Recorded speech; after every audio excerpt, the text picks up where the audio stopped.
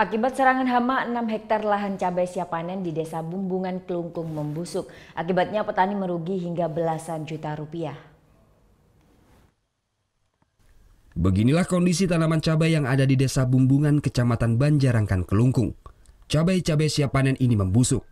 Kondisi ini terjadi sejak sebulan lalu akibat serangan hama.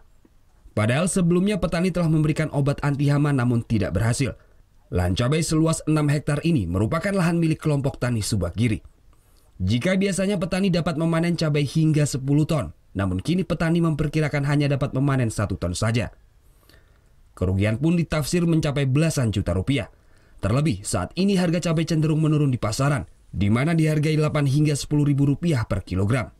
Hasil yang didapat pun tidak sebanding dengan biaya pemeliharaan yang lebih tinggi. Ini bisa gagal panen karena itu ada penyakitnya, kan jelas. Di samping itu harga cabenya, Pak, di bawah 10, Pak. Itu udah makanya petani agak ngeluh. Len rusak, len harganya 10, kadang-kadang 8.000. Gitu.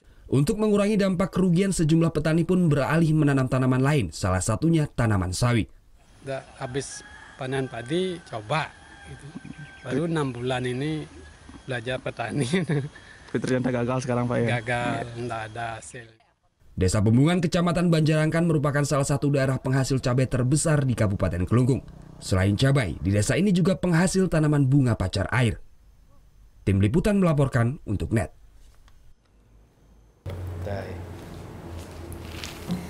Udah selesai kan nontonnya? Nah, jadi jangan lupa buat like, komen, dan subscribe ya.